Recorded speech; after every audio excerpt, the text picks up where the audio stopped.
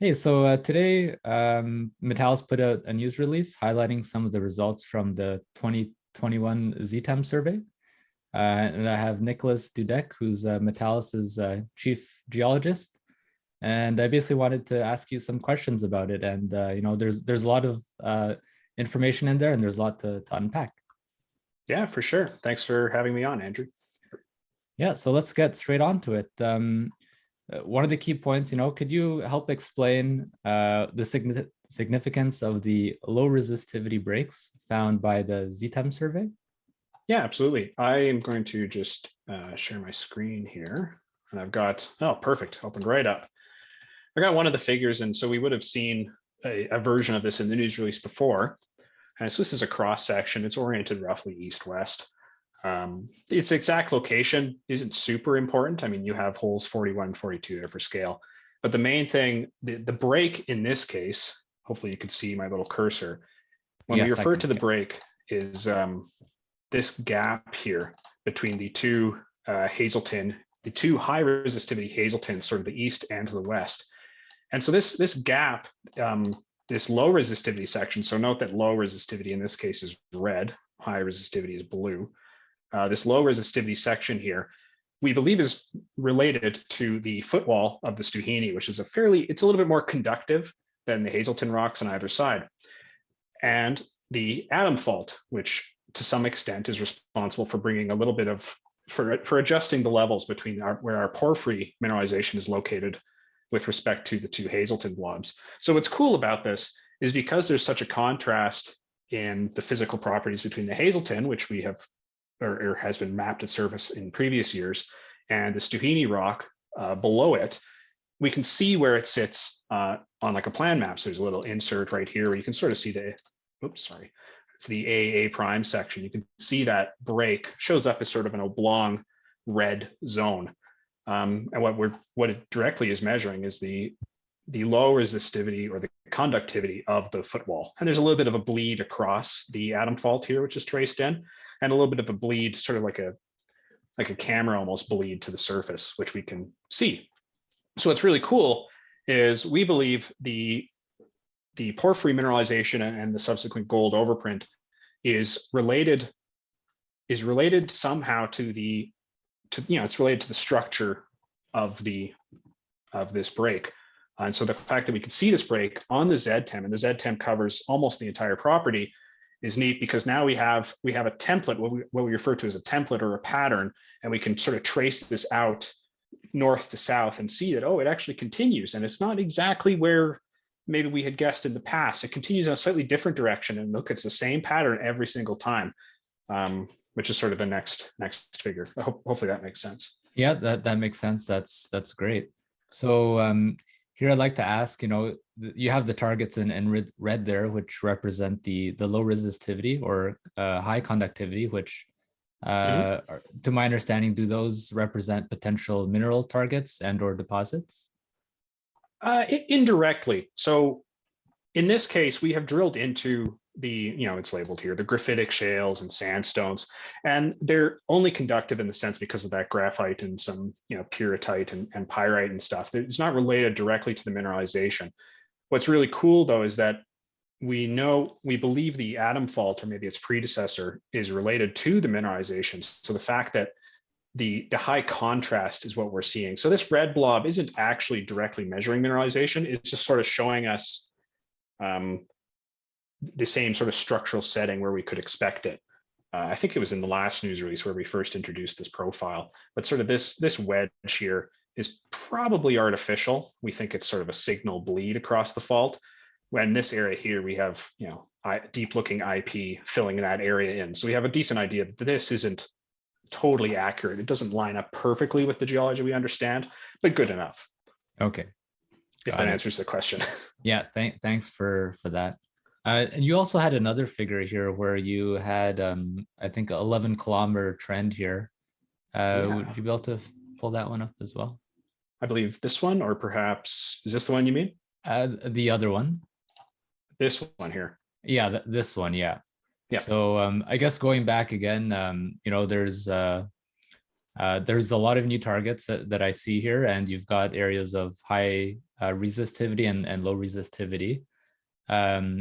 Maybe could you tell us, could you show us where the low resistivity breaks are? Maybe here again, and where do you, Sure. where might you think you might find other deposits? I noticed that you've already started mapping some new targets, Lewis A and B and Vera, that I don't think have been shared publicly before.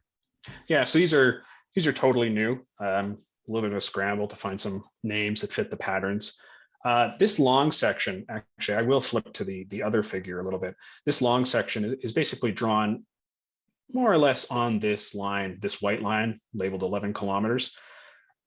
So unlike this section, which is a cross section cutting, so it's cutting across perpendicular, loosely perpendicular to geology, and it shows the perfect template.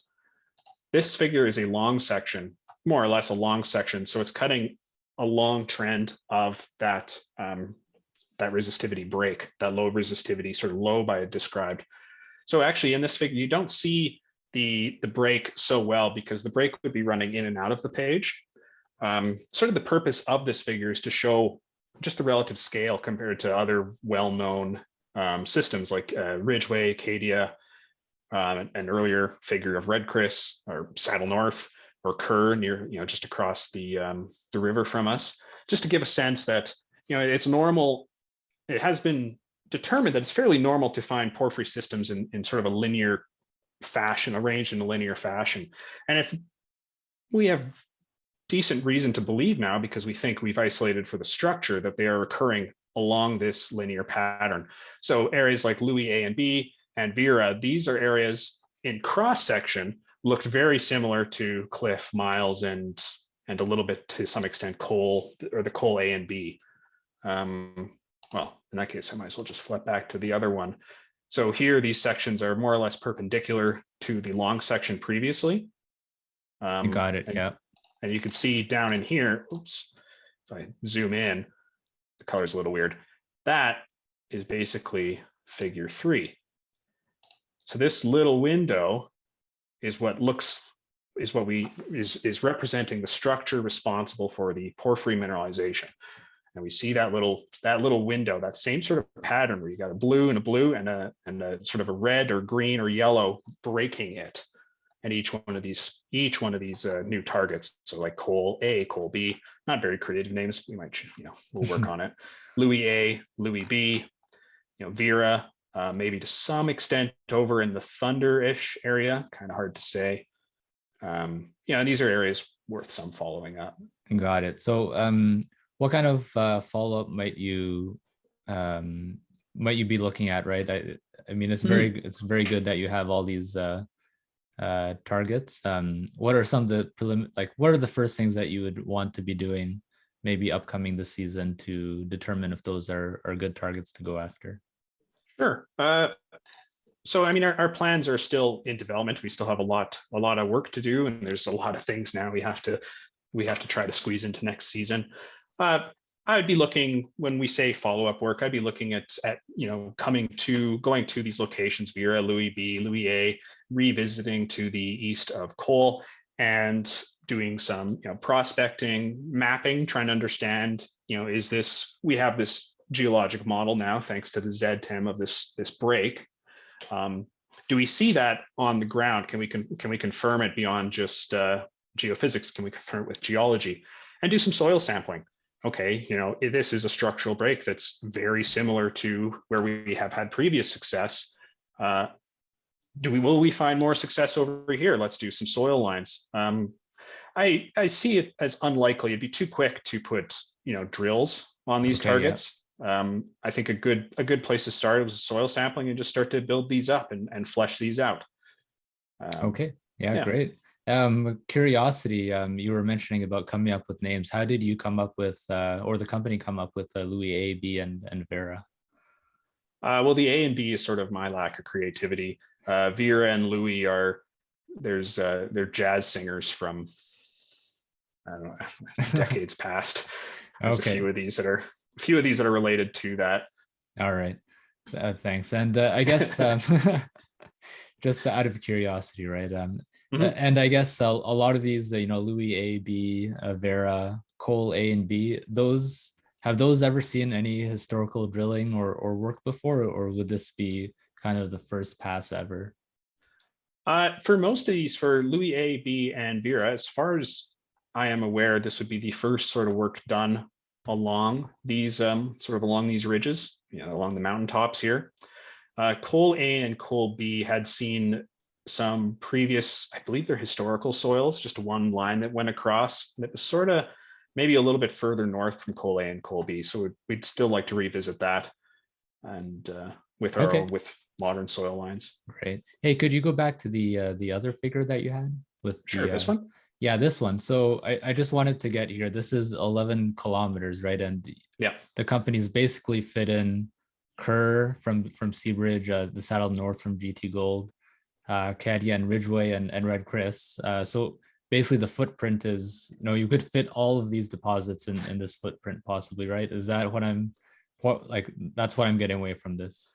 Yeah, we have a very long length of the Holliston Trend that has a lot of potential, and there's reason to believe that you can fit quite a bit in a long trend like this. Yeah, that's great. That's super exciting. Yeah, it is exciting. I'm Yeah, looking forward to, hopefully I'll get the time to go out and see for myself. yeah, that's great.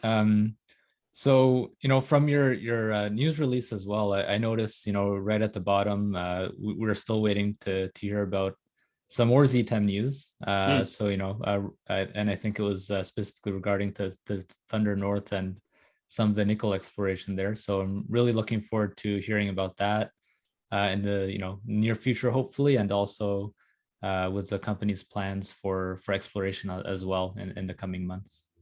yeah, we're working on it. It's a little different geologically from it's sitting. Actually, I'll just go back to the other figure. That would be helpful.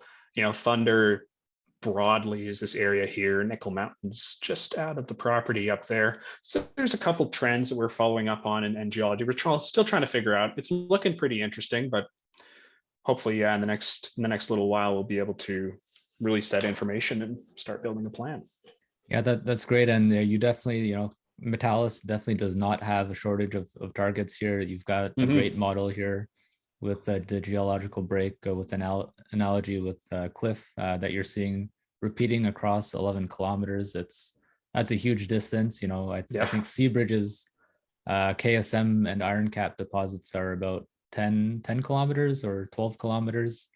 And, Mm-hmm. they have billions of tons of mineralization there. And I think the same goes with maybe Tudor as well. And there's some trend there as well. So it's looking, really exciting. I'm super excited with these results. And I think, it's great for you to come on and help to explain to everybody the significance of this and hopefully to see the scale, right? It's not just Yeah. about the cliff system.